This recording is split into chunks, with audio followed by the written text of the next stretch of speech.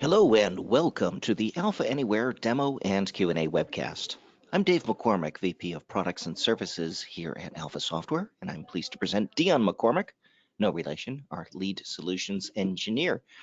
Also joining us today, I believe it's Sarah Mitchell. Yep, she's here on the line. She's in charge of our documentation department, and she'll be helping answer questions. Dion's going to kick off today by going over a quick demonstration of some Alpha Anywhere tips and techniques, but he's also here. In fact, we're all also here to answer your questions. And you can type those questions into the questions box of the GoToWebinar control panel. So let's get started. Hello, Dion, are you there? Yes, I am. How is that coming along? It's coming through loud and clear. Let me go ahead and make you the presenter. Okay. And I will let you know when I can see your screen. And there it is. I'm looking at Alpha Anywhere. Oh, Yep, I jumped over there. And your PowerPoint. Great. Wow, this thing's loud. Try that. Cool. Well, thank you very much, everybody, for joining us today. We really appreciate it. As always, we are here to help you out. So what we'd like you to do is to make sure to take some time to go to your GoToWebinar Q&A section and add in any questions that you would like us to go over. And that will allow us to kind of, guide the session after we do our demonstration and view. We can jump into and try to answer those as much as possible. We work as hard as we can to do that. And as always, we love to get your questions ahead of time. In fact, the demonstration today came from a question that came in ahead of time from one of our developers, and it had to do with UXs and presenting messages and things like that. So it allows us to kind of prepare and get ready and, make sure that our opportunity our work is as much as possible. Oop, there we go. Now I've got my mic adjusted. It was blowing me out. So again, please go to guides or send emails to guides at Alpha Software.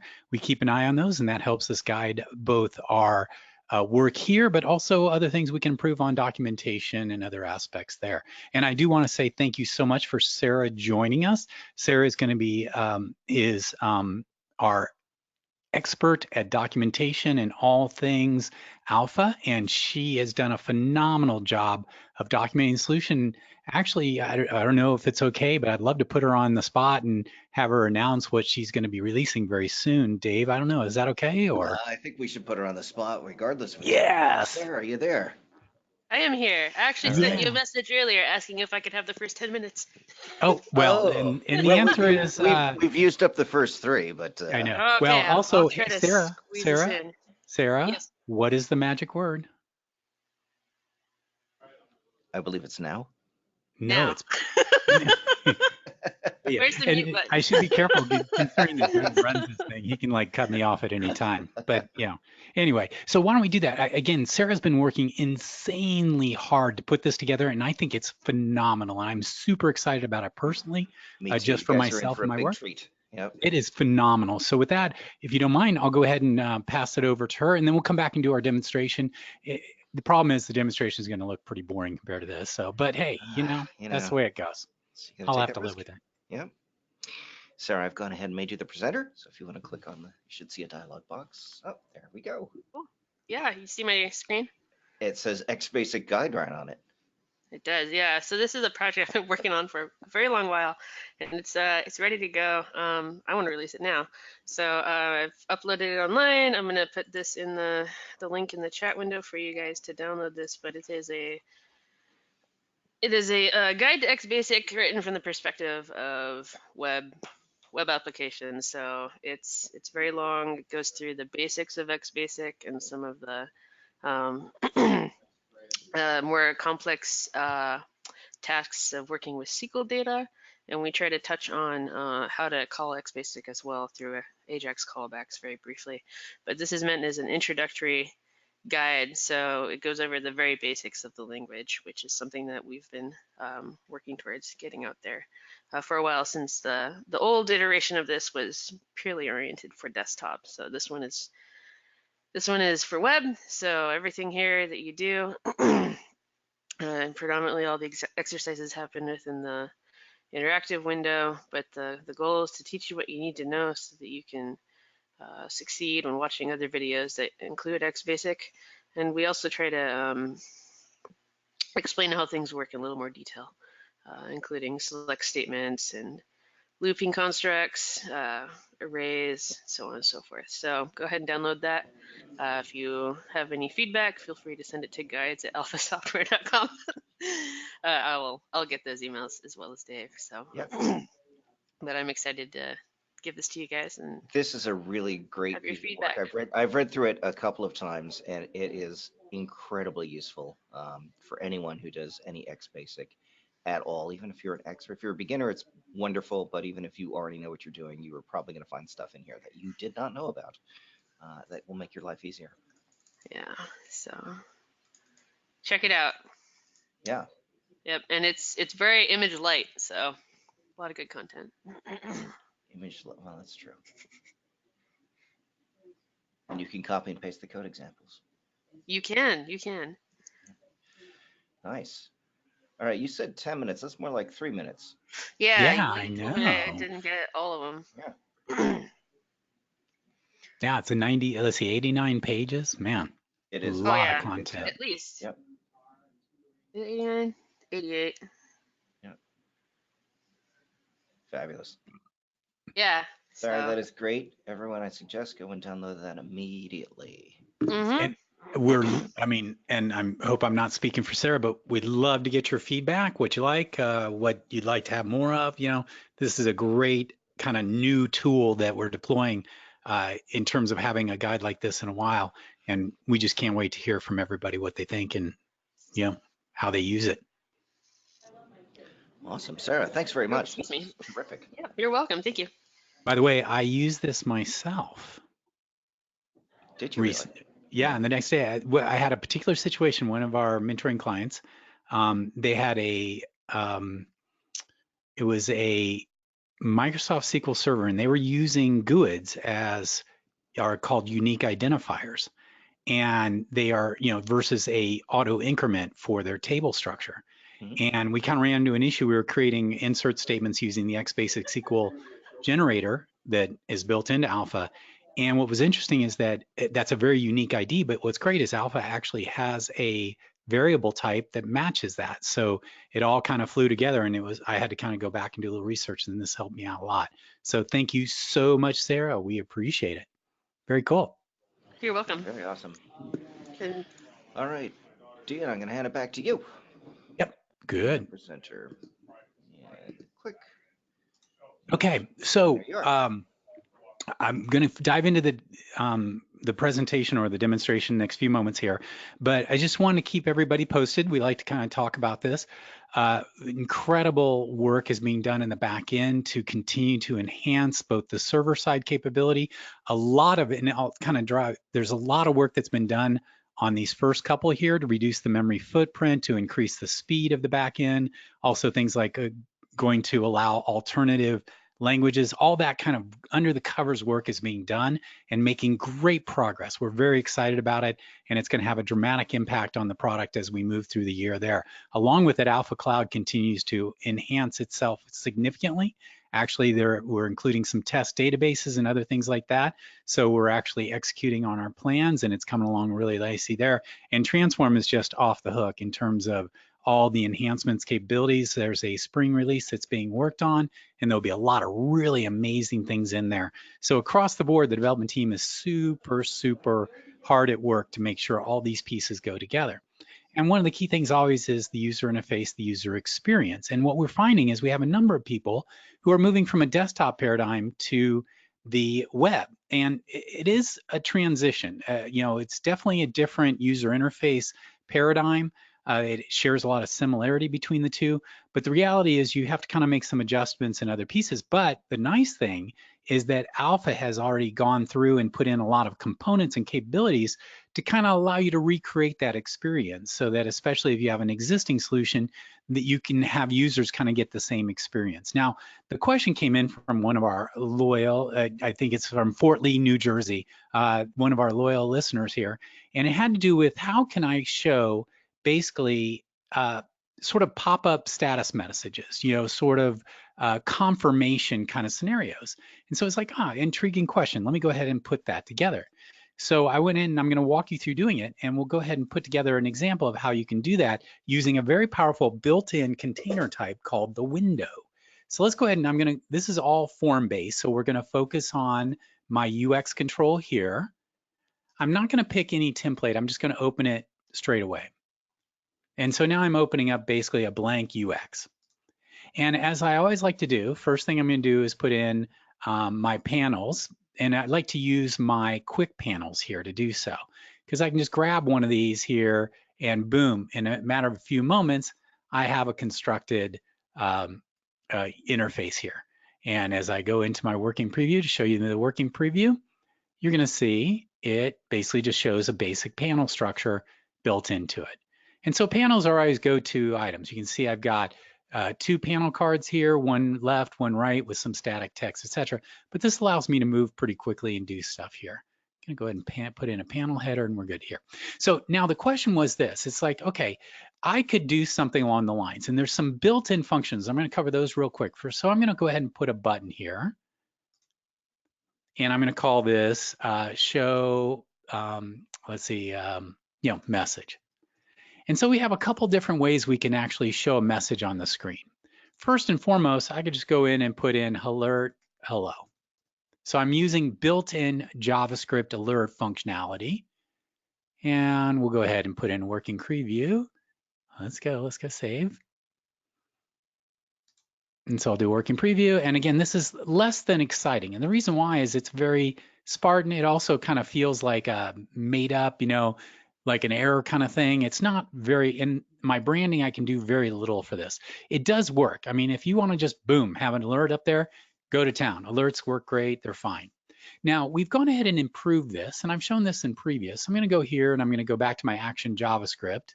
It'll erase my other stuff. And we also have what's called a message box transient. And I've shown that before, but let's go ahead and do that. And I'll say, hello class. And I'll go in there. And so now I've got a message box, so I can go in there and I'm gonna do something a little more interesting. So now when I hit this button, and this is kind of interesting, but it's really not the same idea, but it puts up a real quick floating message. But I really am not like, it's not the traditional confirmation kind of place from there, showing it what maybe a process ended. But it's nice, it's easy, it looks a little nicer than the JavaScript one. I can move this around in different parts. Very easy stuff to implement there. Now that's the message box. I can also do a message box dropdown style. So I'll just leave all this here. And this is another interesting one that I like to use every once in a while. And we'll see how this works in a moment. So I'll go show message and you'll see, now I'm starting to get something a little bit more like a confirmation item there. You can see I can modify the message title and I have my OK button to go ahead. And you'll notice when I do that, it freezes the screen. So it's kind of demanding my attention. And this is what the user was looking for, something along this. Now, the issue here is that this is, you can go in, and I'll go in and move that into there. You can change the title, the body, and a few other things here. So there's limited customization, but it's nice for just a boom, boom. I'm just going to throw up confirmation. You can change a few other things, the labeling you can change, etc. But this gives you a little bit more of a, hey, stop the user, show them a message, make sure they've seen the confirmation message, and it goes down from there. But again, you're limited to a certain degree on styling. You can go into this message title here and use HTML to style it. But maybe you want to have some other buttons or some other more advanced kind of information in there. You're somewhat limited. And so this is more of your quick and dirty, better than an alert, a little better than transient, and more of what you're looking from a confirmation message. But now what I want to do is really take it to the next level. What I want to put in here is a confirmation message that I have nailed and I know exactly what to put in there. So what I'm going to do is a cool built-in container called the window container. So let's go ahead and add a container here. So I'm going to go into containers. I'm going to add a container. And you'll notice I have a ton of different containers. And the one I'm going to pick here is window. So this is a type of container, a specific type. So I'm going to insert that after. And it puts a container in here, and I'm going to go ahead and I'm going to put in a text tab. So again, I'm still in the user interface. I'm using the UI builder, basically, or UX builder to kind of modify this. So I'm going to go ahead and put in here, let's put static, and I'll go confirmation. And I can put in here maybe another button here, like a button there that's going to be close, and I'll keep it there. And you know what I want to do is I'll go there and I'm going to align everything to the center. Now watch what happens. I'm going to go ahead and save this and I'll go confirmation message and I'll send this out or have it available if anybody wants it. So let's go ahead. Now let's see what this looks like. So you'll see when I show it, and this will be up in a moment, you'll notice it doesn't show up because the window is by default hidden. So it's in the HTML, it's here, but the user does not see that window here. So now what I'm going to do, and you'll notice everything within here just doesn't show up, it's hidden. Often what I'll do is I'll create another panel card and make that a docked panel card and put all my hidden stuff in there because I may want to have other content in this panel card, but that's a personal preference on how you want to do stuff. So now that I've got this window, let's say I want to show it to the user. So I'm going to go in here to show message. I'm going to go ahead and delete this action. I'm going to add a new action. And we're going to type the word window, and you'll see there is an action built into Action JavaScript called show container window. So I'll go ahead and click OK. Now, once I've done that, it's going to ask me, well, which container do you want? There you go, window 1. And I could change that container name so it's a little bit better. So if you had 2 or 3 of these, you may want to give them unique names. Okay, so I'll save this. And now let's see what happens. So I'll go in here. I'll go ahead working preview. I'll go ahead and hit my show message and you'll see it's not perfect yet, but you'll notice it popped up a window here.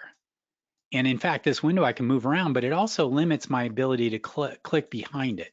Now I do have the ability to click here to close it out, but there. So you can see not only is this good for confirmation, but let's say you had a situation where you also wanted them to take action, but be able to get out, sort of a, hey, do you want to do this or not?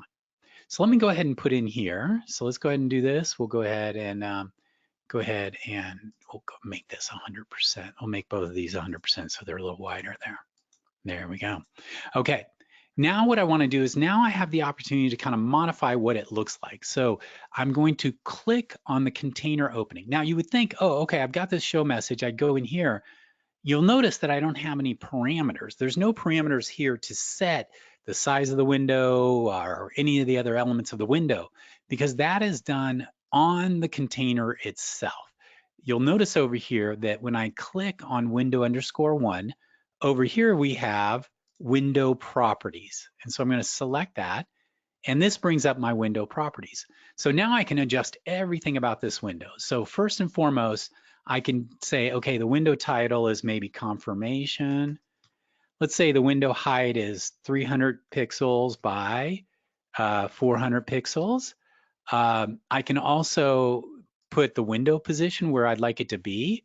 So I'm going to make that center, although I could put it in an absolute, or I could make it relative to another control on my existing account there, or my existing UX.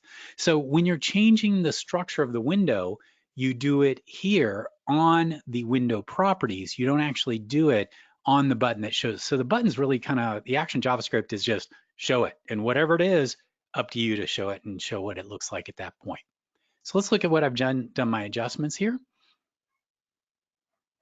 And then we'll go in here and we'll see, and starting to look a little better. You know, my window is a little bigger, etc. But now what's cool is I can put other things in here. So I can say, for instance, let me go ahead and put in a label, and that label is going to be items processed.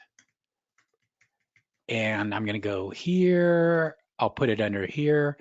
And so it's there. And I'm going to go ahead and go down to the label, and I'm going to put it above, and I'm going to call it items processed. So I can put any type of controls. So I could have multiple buttons. I could do everything you want. Now the issue is I keep having to click the close button to actually close this.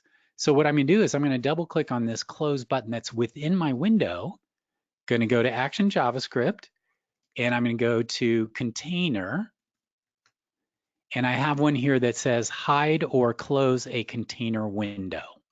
So it's the opposite of show container window, it's hide or close.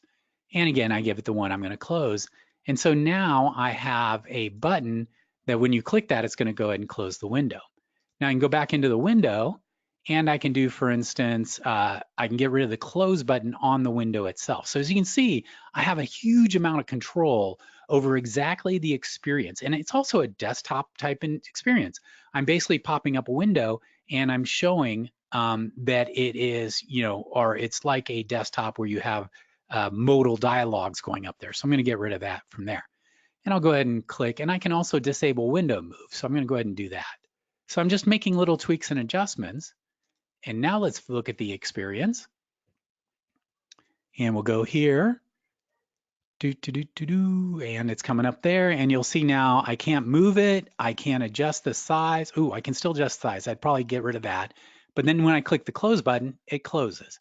So now we have a more traditional kind of scenario from that standpoint. Now, just to let you know, there's a couple cool things about the mobile windows. And again, I'm using it in confirmation, but let me show you a couple other things. First, there are multiple types of windows. One is modal pop-up. The other is modeless. So if you just want a floating window on your interface, and maybe it's like a click on it and it updates something else, and that's the neat thing is all these controls are in the UX. So if I want to talk to any of the other controls or do anything else, it's not like a separate UX that I have to take care of. But the really cool thing about this, which I really like, is that I can change it to modeless, so I can have it there. I can also have it as a drop down, and therefore it's turned as a drop down kind of, and it has a pointer icon. So let me go ahead and show you what that looks like. So if I have like a particular button, I could almost create my own fake expanding menu. In fact, you could put a menu in there. So that's kind of where it came from originally. So I can go right here and check that out. Isn't that pretty cool? When I clicked on the show message, it showed the window directly underneath where I clicked. So it's relative to it. And you'll notice there's a nice looking little pointer that shows relative to what I want to do. So essentially, I can, basically create these panels that are related to other controls. And then when I'm gone, I can just click out of it. I'd probably have it, actually, the way I'd do that, I'd go in here and I would say the window is not resizable, but I would say, where is it? I think you can, let's see, did I miss, okay, let me close when click on background. Let's set that, and then we'll go ahead and set the we'll set it as drop down. Okay, see if that works. Because in this, you probably want to have the ability, if the person doesn't select something, you can click on the outside. Notice when I click here, it goes away. So I'm clicking on the outside of it from there, which is kind of cool. And also these buttons work here, so you can kind of use a combination of it. So the really neat thing about that is that it opens up not only this confirmation idea, but it also opens up a whole bunch of other like capabilities in terms of creating drop-down control panels, like you're adjusting something like or something along those lines. And as you can see, very simple to implement. And now I can just continue adding the controls and whatever I need from in there. Now I'm going to do one last thing because I really want to show you kind of close the loop in terms of what we were talking about. So the idea here is what we want to do is after the system does something, we want to pop up a confirmation. So often what happens is we have like an Xbasic callback, the Xbasic callback does something, and then we want to show a confirmation window to the user.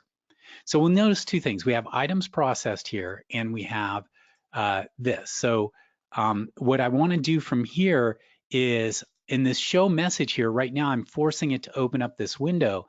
So what I'm going to do is a couple things. First thing I'm going to do is I'm going to actually show this container window. I'm going to make that a JavaScript action. And I'll go show confirmation window. So all I'm doing is moving the essentially action JavaScript from this button onto my JavaScript actions there. So, and actually I don't need that right now, so I'm going to delete it there. Okay, so what I want to have happen is when I click show message, it's going to actually make an AJAX callback. It's going to do something on the back end, and then it's going to show the user a confirmation that it's been completed. And I also want to give them some information about what happened. So let's go ahead and create this. So when we click on this button, instead of just showing the window, we want to perform an Xbasic callback. So I'm going to click add new action. I'm going to go here to AJAX callback, and I'll go fake process. I'm just giving it any name there. And if I already had a function that existed, I could select that here. That's kind of a newer capability. So this will write that basic function here, and I'm going to put it in here. So now we basically, when we click this button, it's going to call back to that function in the back end. And so now if I go back here, I now have this fake process message. So I'm going to do some stuff. So I'm going to just go sleep just to make it interesting. I'm going to sleep for 2 seconds. That's a built-in function. And then what I want to do is go ahead and show I'm going to actually do two things. One, after I do my process, I want to tell them how many items were processed. So items processed. So I'm going to go e._set dot items processed dot value is equal to 200 or so. So basically I'm going to set the value of that field in that window there. And then I'm going to sleep for a bit. And then what I want to do is I'm going to do fake process equals, and here's the trick. Now what I want to do is go ahead and show them that window. So we can go here to JavaScript actions. We have our show confirmation window action ready to go. I can click here to see the JavaScript code, copy that, put this here. And now what will happen is after my process is done, it's going to send a message back to the window or back to the browser saying, hey, go ahead and show the confirmation window. And if I haven't screwed anything up, we'll be actually able to do a demonstration here. So remember, I'm not showing the window immediately. I'm going to call back and have the back end process. So I'll go in, do the show message. Notice it's waiting for 2 seconds. And voila. Oops, I still have it as a dropdown. I'd probably get rid of there. So as you can notice, now I have a very robust way to communicate to the user in a desktop paradigm where I can not only do it immediately on the client, but I can actually trigger these confirmations based on AJAX callbacks by just saying, hey, when I'm done, update a couple fields on the user interface and go ahead and pop it up and show it to the user. And they say, okay, great. They process 2 items, close, and you're good to go there. And again, the way I did that was that I used a JavaScript action here. And so that's why I really recommend whenever you're working, try to put all of your JavaScript actions here instead of embedded on buttons and other things there. You can always refer to them into those other buttons. But the benefit is now you can unlock to use these in many different ways, from callbacks, from the new another thing we're going to show you pretty soon. We're going to spend some time on the new pusher socket capability, where you could have the server, like for instance, the person doesn't even call this. Basically, the server every once in a while will send a message to the client saying, hey, by the way, I've got some new information. Why don't you pop up a window and show them this information, like their order is done, or it's time to pick up their chicken sandwich, or whatever it happens to be from there. You can use the same methodology because these windows will stay hidden, and then you can use a simple piece of JavaScript to open it. So container window, it is part of our container technology. Here's Windows, the one you want to pick. Super important, the window properties are defined by the container, not the button that's opening it. So I go in here and I set all the properties of what my window should look like, where it should be at, etc. And then the next step is you can use simple action JavaScript to show this information. And by the way, if you want to, you could just grab this, you'll see this little piece of JavaScript, that's all it's doing there. But no coding to get all this to work. And then the only tricky part is that if you'll notice when I did the Xbasic callback, I did 2 things. One is I used this eset field name.value equal to something. And so that's just a standard, and it's actually listed down here a little farther. Right here, it has examples that if you ever want to see that. Secondly, is what I did is the return value from this function was my trigger to call that action. And that's why I like doing this, because now I don't have to write like 5 or 6 pieces of JavaScript. I get it all running in my JavaScript action, and then all I have to do is send that one command, because I could be doing 2 or 3 things. I could be refreshing a list. I could be modifying something on the screen. I could be going to a different panel card. I could do many other actions. So by consolidate them into a single action, then I'm in a much better position, and I can keep this simple. I don't have to come back in here and edit the JavaScript here. I just go here and say, you know what, I'm going to do something else here and edit that, and boom, the next time it gets called, it's just going to work.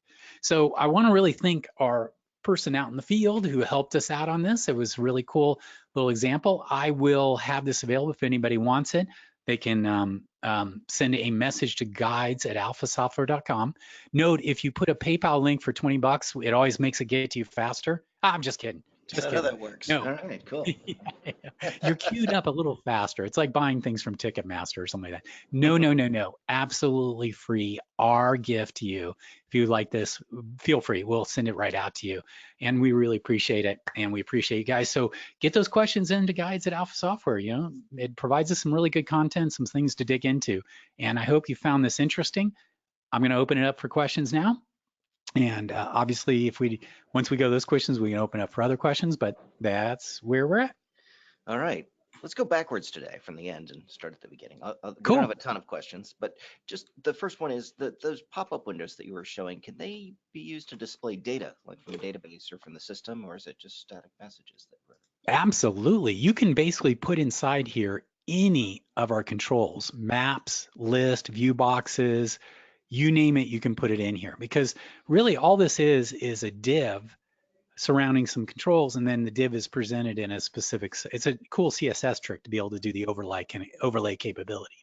So the reality is that any includes control. data input as well, not just Oh field. yeah, absolutely. Yeah. I could put in text boxes, so it could be actually an input form for something on my screen, you know, kind of pop-up control panel or something along those lines. Yep, absolutely. Good question. Great. Someone else pointed out that now that they've downloaded Sarah's new Xbasic guide, they no longer need you. Wait, what is that? That's that. That is so Oh, nice. I I'm sorry. know. I didn't read that out loud. I'm sorry. The next one said, oh, now this, I don't know that if we can do this today, but it would be a good example. And that is, could we go through the process of adding new users using the UX component and adding extended information at the same time? Oh yeah. Maybe a discussion We would be could, I'd like interesting. to do that on the next session, and mainly because then Better I to can have a do little it prep, isn't justice. it? Yeah. Yep. Yeah, because I really want to kind of think about how I'm going to go through because there are a number of different things that are working different in the templates. And instead of just doing it off the cuff, I love that idea. And we'll absolutely put that on and get it done next. We really appreciate it. I want to do also a follow-up on the expanding menu in the control bar. There's some new enhancements there. Right. And also on the drag and drop file download, there's some enhancements there, some kind of newer, like just basically improvements that I'd like to go through. So maybe we can do that on our next session, kind of go do a recap of these other ones, but then dive into that user management aspect. Excellent. Like I said, it's actually pretty light on questions today, but the last Wow. question that I've got here is, can you show an example of text to speech? And I believe that we had an example that used the .NET framework, if I recall, if I'm Wow, that remembering one. right. Hmm. Yeah, that was a while ago. Maybe we could find that. We'll have to dig that out. Man, Yeah. I have never done that personally. Yeah. I've played Cool. with it. It was kind of cool, but it was yeah, no, that would be a nice thing if all right, so that might be a for next time thing as well.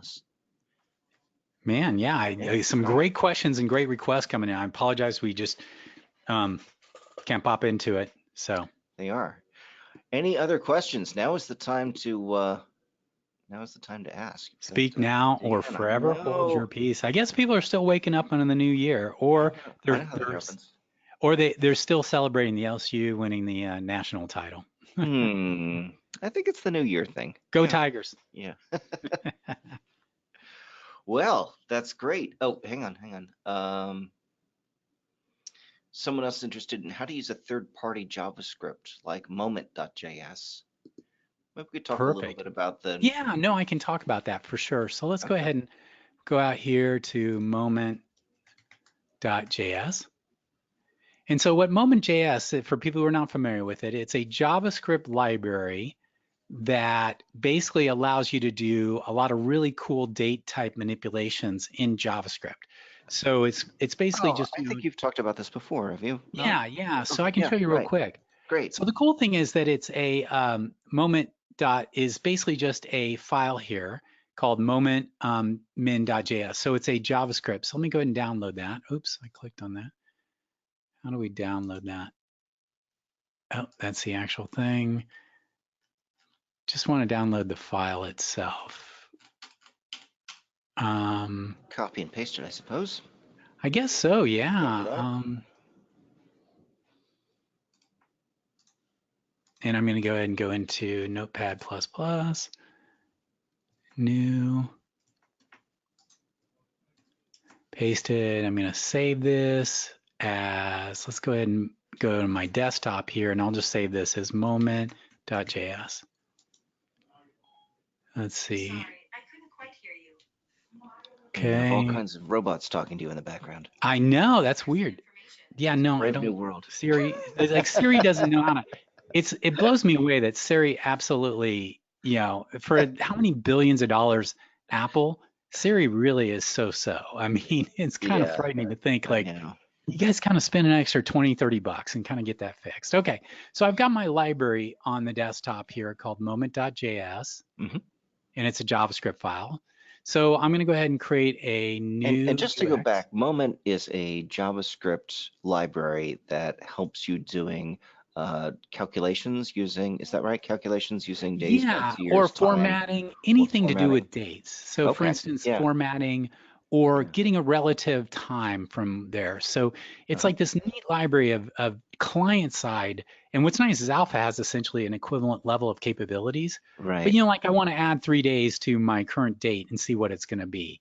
Well, Right. instead of me writing a bunch of JavaScript, I have this one little command and I'm done. It's And pretty it can give simple. you friendly formats like Yeah. tomorrow as opposed to, the 16th or something like Yep, that. exactly. And it handles also location dependencies and stuff like that. So if people use things different, there's Mhm. also, specific. So a lot of really, so instead of writing your own. Now, what I'm going to do here is I'm going to go here to properties. Well, the first thing I'm going to do is I'm going to go to my web projects control panel. I'm going to go to my JavaScript files and it's not here. So I'm going to add that file in. So I'm going to go to where I created it and I'm going to add it so it's now part of my project. And that's important because Mhm. when I deploy up to my server, I want to make sure that it goes with it. It's part of my overall project. So it is there. Now I'm going to go into my UX here and I'm going to look for JavaScript and there's JavaScript linked files. So I'm going to go here to JavaScript linked files and I'm just going to type in. Okay, now very important, notice I'm typing in moment.js because it's going to look in the root for that file. So let me go back to my projects control panel and you'll notice that it's at the root level here. Now I could create a folder here and I'll call this JS and I'll move this into that folder. Oh, I think I have to do it at the, I have to go out here and then just go right here. Come on. Yeah, okay. Let's cut this. I just want to show that you can have relative locations for your files. They don't always have to be at the root and paste it there. Okay, so now it's inside here is where it's at. So now when I go back to my new thing, my new here, I have to go in here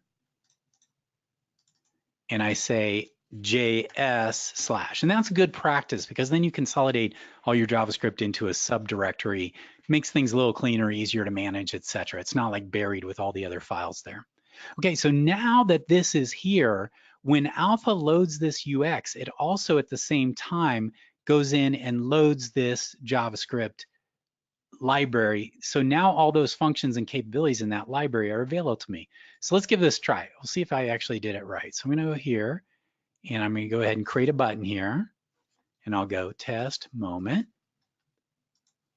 And I'm going to go into that button and I'm going to go to text mode and I'm just going to go alert.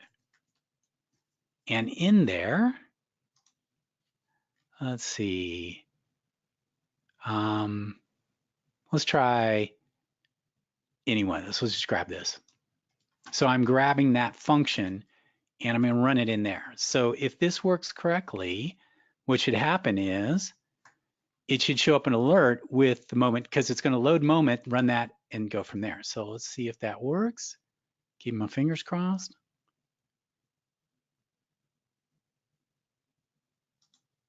There we go. Voila. So the key here was I added the JavaScript file to my project and then super important to allow this UX control to know about that and it will automatically download that JavaScript file for you. You have to go to properties and you have to go to JavaScript link files. So just to prove that same, let's go ahead and just add another one. Copy that. I'll go back in here, go in here, and we'll just change this. And now we should see a different date. But you can see now I don't have to, they've done all the heavy lifting for the date stuff. There it is, tomorrow at 12:40 p.m. kind of scenario. And there's a whole bunch of other things there. So Very cool. that's how you integrate external JavaScript libraries. And there's a bajillion out there. And also you'll find there are JavaScript libraries that come with, like if you're trying to integrate to another system, like for instance, Stripe or other things like that, even though we have that pre-built into our application in development environment, there are other ones where they'll give you a JavaScript set of files and you just include them and then you can use them within your UXs and other things there. So it becomes very straightforward and we behave very nicely. When this gets published to the server, it actually includes this JavaScript folder and files. And then when this UX gets pulled down to the client, it says, oh, you know what? This UX needs this JavaScript file. So I'm going to go ahead and send that down to the client. So the client not only has my UX, but also has that JavaScript library available for them. Excellent. Look it through here. Someone just had a question in general about chunked responses. Just sort of what are they? I know you went over that recently. I was just wondering if you could do About a quick review month on that. ago. Yeah, so let me go back here. Mhm. And I'm going to go to my Xbasic functions here. So this is called the callback. So when I click this button here, show message, it sends a message back to the server. And the server says, oh, okay, you want me to run fake process. So I'm going to go ahead and hand off your information to fake process, and now you can do your stuff. And then when it's done, whatever message you put in here, I'm going to send back to the client. So we did a demonstration where that works great when you have like really short, fast running stuff. Like if you go back and just do a quick tweak and there's something that happens on the server and goes back. But often there are situations where the back-end process may run for 30 seconds. So you don't want the person like going, oh, what the heck is going on? So what we have the ability to do is something called, and I'll go down here to the bottom of my sample code, and this is included when you create your sample there. You have what are called chunked responses, which is probably the most wonderfully named feature I've heard in years. Why not just go all the way and say, That's a name blow? that did not start in the marketing department. We'll I just say think that. Yeah. I think I'm going to rename it everything to blow chunks responses, Very nice. There you go. So what it works there is the cool thing is that it allows you during the running of your script to send back messages to the front end. So you don't have to be at the end of your process. So you can send messages. Wow. So let's say you were inserting 20 records into a database. And every time you inserted a record, you wanted to send a message back to the person saying, hey, I've inserted record number 1, number 2, 3, etc. Well, that what it allows you to do is you can sit there and send after each one a message. And what it does is it goes, oh, I'll just send this quick little message. I'm not going to close out the transaction. I mean, I'm going to keep my Ajax callback open. And then finally, I say my last message, I say I'm done. And now that the browser's sitting there going, okay, we're done. We're finally up with that scenario there. So this just allows you to have sort of in-process messaging going back to the client.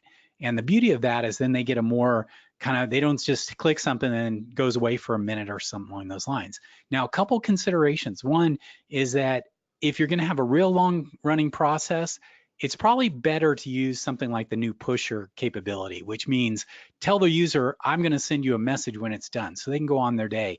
And often I'll see in a lot of other systems, what they'll do is they say, when the report is ready to go, I'll send you an email or I'll send you a text message or something like that, especially if it's like you don't know how the demanding on the back end server. The other thing you have to realize is that if you call this every 10 microseconds, well, it really doesn't make much sense. It's only, you'll notice this is sleeping for a second each time. It only makes sense when you have like something going for 30 or 60 seconds. If it's going to run 5 seconds, you're not going to get a lot of chunked responses back. It's kind of the scenario. So you kind of got to pick and choose what you're doing in terms of showing the person, those messages, whether it makes sense or not from that standpoint. But that's the difference between a regular callback where it's just going to be a single message that's going to come back after the callback is done, or you're going to be able to send multiple messages in process to keep the person up to date in terms of what's going on there. And that's called chunked responses, and works really nicely. It's handy in certain situations. And again, that we did a more extensive demonstration of that probably a couple of months ago, month and a half or so. So you can check our archives, and we archive all of these webinars, and we have that information available there. Excellent. Thanks very much. Just about out of questions. Let's see if I can find one other here. Oh, this person's having trouble getting the PhoneGap shell connect to their local server. This apparently happened after a service provider change. Do you think about anything that you would need to do to get the PhoneGap shell to talk to your server? And for those of you unfamiliar with PhoneGap shell, if you could explain what that is, that would be terrific. Yeah, so when you're building PhoneGap applications, we have a standard, and let me go here, go back to the web project so I can go new UX. Oops, hit the wrong thing. By the way, could just do this. We have something called the PhoneGap shell, and I like to use V2 versus V1. And basically all this is a little application you can compile and put on your phone.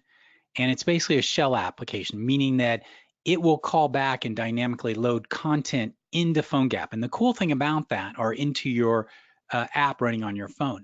And it's really used from a test and development standpoint, is that instead of having to go through and build the PhoneGap shell every time, you can create it and then basically on the fly just say, oh, you know what, call back to my development machine and download my current application that's been done. Now, the reality is with the new instant update capability, this utility is a little less important. I mean, it's still nice because you can, anytime you're doing your development, you can just point back to the development server and say, okay, I'm going to test this UX, this, what is targeted for PhoneGap in the shell. But I often now just build the first version, include instant update, put it on my phone, and then if I need to do an update, I can use instant update, which is pretty simple. But that said, it is available. Now, the way this works is basically it is an app running on your phone, and it calls back to the development machine. So my laptop or desktop that I'm doing my development. So a couple things need to be done. First, they need to be on the same network, because if the shell is going to go through Wi-Fi, most likely because of a mobile phone, it's going to want to find on the local network that your development environment. And when you do that, you need to make sure your development environment, its port is open to external capability. So when if I go here to my web development server, you'll notice that I'm currently running the built-in development server on port 1580. So the reality is Alpha is going to call back to get that information. So you need to make sure your development machine has that port open. Otherwise, the PhoneGap shell will not be able to locate that information on your development environment. And that's usually the toughest part, is once you have the PhoneGap shell talking back to the server, you're in good shape. And the neat thing is when you build this PhoneGap shell V2, it actually included kind of a is server available function built into it. That's kind of nice. So let me go ahead and open it up and just show you what it looks like there. Not going to show much here. Okay. So I'll just run it here and see what it looks like. But it's a nice development tool from that. So you basically, so I can go in here. I can say, for instance, add a component. Here's my settings. Here's the server address I want to use. I can test it to go back. So built into the PhoneGap shell V2, there's a way to make sure that you're able to connect to your server. So job number one is make sure this works correctly. If it doesn't, then you need to go in here and edit your server address and go in here and then put in exactly what the URL is going to be of your machine, so it knows what to talk to your machine, what the URL is from there, from that standpoint there.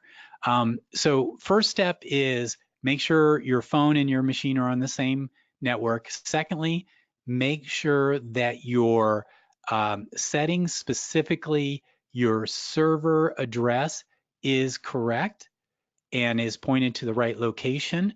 And then once you have those two pieces, then you can do the test AJAX callback. And all this does is it calls back, and it can't work here, but let's try in a live preview. It calls back to your development server running on your development machine to make sure that communication. Then once you're there, you're golden. Now you can bring down and bring in the thing you want to actually run in the shell to do it from there. So let's go to add component. No, cancel. Let's go to settings and test it. Yeah, so my server address is off, so I'd have to go in here, edit my server address. So I'll go here and I put in the URL and test it from there. So, and this is kind of weird in live preview. It's expecting to be running on a phone externally there. So a nice tool, very handy, although, your other option is go ahead and just build your app through PhoneGap and use Instant Update and use that to download your updates in there. Really up to you in terms of how you want to approach it. And the neat thing is this PhoneGap Shell, the other technology that we offer is basically the that is out there is our, where is it? Alpha launch at the bottom. There it is, all the All way right. here. Alpha Launch, which is you can download essentially the PhoneGap Shell off of the app stores and run it in there. There's certain limitations. It's only got a certain set of functionality capabilities, but that's another. There's sort of like 3 ways to go ahead and do this kind of development, testing, validation. One is build it using Instant Update. Another is use the Alpha Shell or the Alpha Shell, and the last is the Alpha Launch capability there. A lot of fun. Awesome. Thanks very much, Dan. So it looks like we've gone through the questions that we can get through today. Let's see if there's anything else. I know we've got a couple that we want to go back to next time. I think talking again about the security system and the extended info tables would be a great one. That raises a lot of confusion, I know, among folks. It'd be something that would be great to show off. Excellent, and we will do that for sure. I think that's a really good one to go through. And text to speech, we can also take a look at that. Dig that one out. I'll have to do a little research. Yeah. One last question, and that is, do we have any more templates coming out? With the alpha design templates, but do we have more on the way? Like styles versus templates. Styles, we do have templates, but those are like functional orientation. I will investigate and we will get back to you. And I believe that's it for questions. Dan, thanks very much for presenting. Thank you. Sarah, thank you so much for for showing up and presenting the Xbasic User's Guide. I know people will be very excited to get through that documentation. If you do have any further questions, go ahead and send them to guides, GUIDES, @alphasoftware.com. Thanks very much for joining us today. We hope to see you next week at next Alpha Anywhere Demo and Q&A Wednesday webcast. Thanks again and have a great day. Bye-bye.